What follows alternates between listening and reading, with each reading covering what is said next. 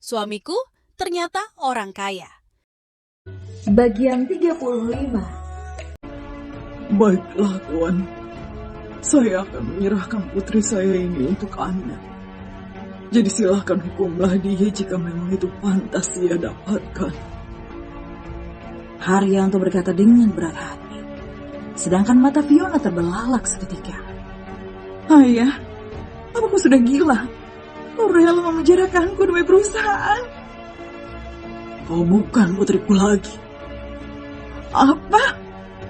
Aku tak menganggapmu lagi sebagai Fionaku yang manis. Karena kelakuanmu ini yang sudah mempermalukan keluarga Agatha. Ayah! Mohon maafkan saya, Tuan Muda. Saya telah gagal mendidiknya. Saya serahkan dia. Silakan hukumlah Fiona sesuai tuntutanmu. Terisak. Ia pun beranjak lalu membungkuk sejenak. Saya izin keluar, Tuan. Saya sudah tidak tahan lagi di sini. Sekali lagi, mohon maafkan saya. Ayah, jangan tinggalkan aku, Ayah. Ayah, jangan pergi ya. Fiona meraih tangan sang ayah, namun ditepis kasar oleh sang ayah, yang langsung melangkah keluar dari dalam ruangan itu. Ayah, Ayah tolong Fiona ya. Ayah, Fiona tidak mau dipenjara, Ayah. Teriakan sang putri masih beliau dengar di luar. Sementara Haryanto terus saja melangkah sembari menutup mulutnya dengan bahu yang bergetar. Hingga dua orang aparat kepolisian tiba. Beliau pun menghentikan langkahnya saat berpapasan dengan dua orang itu. Fionaku, gumamnya menoleh ke belakang saat kedua polisi itu sudah melewatinya. Ia pun menggeleng cepat dan memutuskan untuk segera berjalan menjauhi tempat itu sebelum melihat putrinya diseret keluar oleh mereka. Angin yang berembus kencang selaras dengan laju mobil yang dibawa oleh sekretaris Ivan, membawa kesejukan bagi dia yang sengaja membuka kaca mobilnya demi bisa menikmati terpaan angin yang menyibak rambutnya itu. Walaupun sebenarnya AC di sana cukup dingin, namun entahlah, Leon ingin membukanya saja jendela itu seraya melamun setelah seharian melakukan aktivitas selaku seorang presidir. Dia masih tidak menyangka bahwa akhir dari kisah cintanya dengan Fiona akan berakhir seperti ini. Leon sendiri bahkan tidak percaya saat dia bisa dengan tegas menyerahkan gadis itu yang terus-menerus memeluknya saat menolak hendak dibawa oleh para aparat kepolisian. Terlihat hembusan nafas kencang terus keluar dari pria di belakang sekretaris Ivan. Bahkan matanya pun berubah sendu. Ivan. Iya, Tuan. Saya sudah benar, kan? Suara Leon sedikit berubah serak. Sepertinya dia sedih. Saya rasa apa yang Anda lakukan sudah benar, Tuan. Karena diamnya Leon menandakan tidak ada lagi kata yang hendak keluar. Dan saat ini dia tengah menunggu dirinya menjawab pertanyaan itu. Saya tidak menyangka Vio akan berbuat seperti ini. Saat kau mengatakan dia yang dalang dari semua ini, aku benar-benar terluka. Bahkan jauh lebih terluka dari pengkhianatannya dulu. Kenapa dia bisa tega sekali melakukan itu? Diam sejenak, menunggu Leon menghentikan ucapannya. Barulah Ivan menjawab lagi. Cinta, Tuan. Sementara Leon mendengarkan, walau pandangannya masih menatap ke samping. Leon pun menutup kaca jendelanya. Sementara Ivan kembali menyalakan AC-nya dengan tingkat dingin yang ia sesuaikan. Semua orang bisa melakukannya atas dasar cinta yang berujung obsesi, hingga membuat si pelaku bisa berbuat sesuatu hal yang gila demi bisa mendapatkan cinta itu kembali. Dan korbannya adalah Kinara. Padahal dia tidak tahu apa-apa. Perasaan bersalah yang kembali menyeruak di dalam hatinya membuatnya ingin segera menemui Kinara. Namun macet ibu kota Jakarta malah justru membuat laju mobilnya terus saja terhambat. Ivan, apa kau sudah dapat kabar kapan istriku keluar dari rumah sakit? Kabar hari ini dokter sudah mengizinkan Nona Muda untuk keluar dari rumah sakit. Benarkah? Iya, Tuan. Kalau begitu cepatlah, Ivan. Aku sudah tidak sabar ingin membawa pulang ke rumah utama. Sementara Ivan masih agak khawatir dengan Tuan Baskara.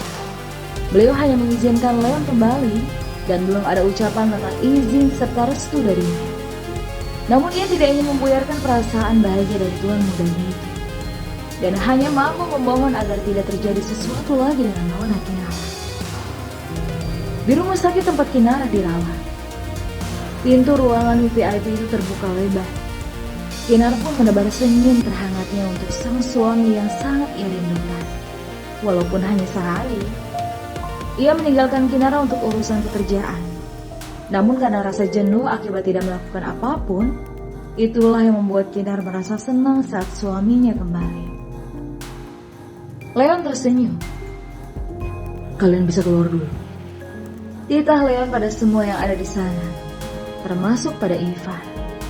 Dua orang pelayan yang ditugaskan menemani Kinara pun membungkuk dan keluar. Sekretaris Ivan menutup lagi pintu ruangan itu dan hanya tertinggal Kinar dan sang suami. Pria itu mendekati Kinar yang tengah berdiri di depan ranjang, mengangkat tubuh itu dan meletakkannya di atas ranjang. Selamat sore sayang. Kinar tersenyum. Tangannya menyentuh wajah itu lalu mendaratkan kecupan di pipi sang suami. Selamat sore juga suamiku. Leon meraih tangan Kinar. Hari ini apa saja yang kau lakukan? Tidur, apalagi? Sementara Leon hanya terkekeh, memberi kejupan di wajah sang istri tanpa celah sedikit pun. Cinta. Leon masih meluncurkan kecupan yang berpindah di lekuk leher sang istri. Aku bosan istirahat terus. Kinara merengek manja. Dengan gemas Leon terkekeh. Ia pun memindahkan kecupan itu di bibirnya sebentar. Kau kan memang harus istirahat sayang. Aku sudah baik-baik saja kok mas. Leon tersenyum. Hari ini kau sudah boleh pulang.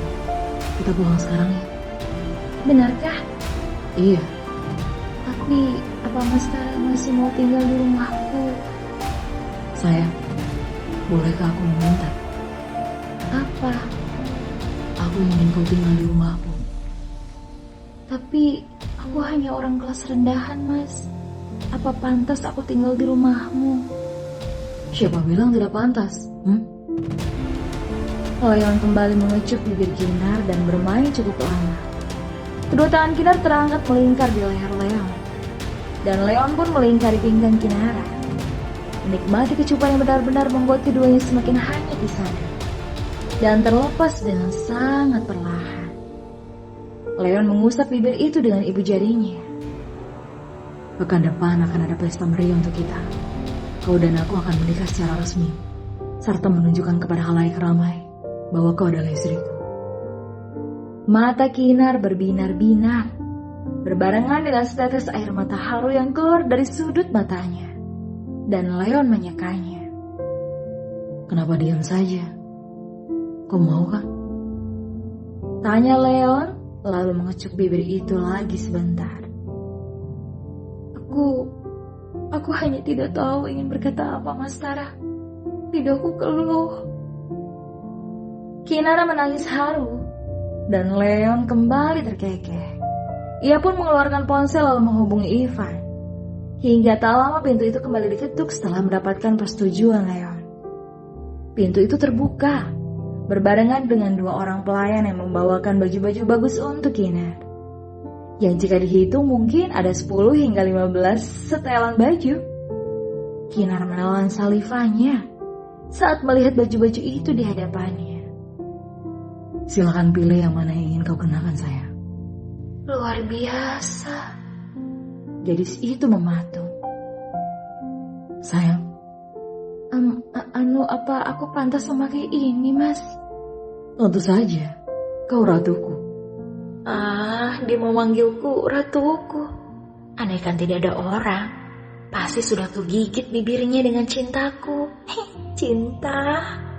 Kinar pun menurunkan tubuhnya setelah dibantu Leon dan berjalan pelan menghampiri baju yang tergantung di sana.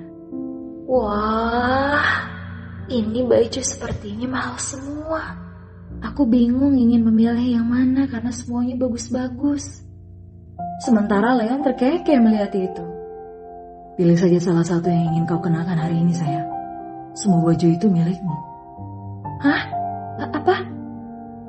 Kinar menoleh ke belakang. Ini semua? Leon mengangguk. Iya, itu semua untukmu. Leon mendekati Kinar, lalu membantu memilihkannya. Bagaimana dengan ini? Aku suka, Mas. Kinar pun kembali menangis dan memeluk Leon. Terima kasih, Mas Tara. Leon tersenyum. Sama-sama, sayang. Sekarang, ayo ganti pakaianmu dan kita pulang ke rumahku. Iya, Mas. Kinar begitu bersemangat membawa pakaian itu. Namun baru beberapa langkah, Leon sudah meraih tubuh itu dan menggendongnya. Mas, aku bisa jalan sendiri. Kinar merasa malu karena ada beberapa pelayan dan sekretaris Ivan yang ada di sana. Tidak apa, pokoknya aku akan menggendongmu sampai ke toilet. Ucap Leon dan sudah mulai melangkahkan kakinya menuju kamar mandi. Sementara Kinar hanya tersenyum senang.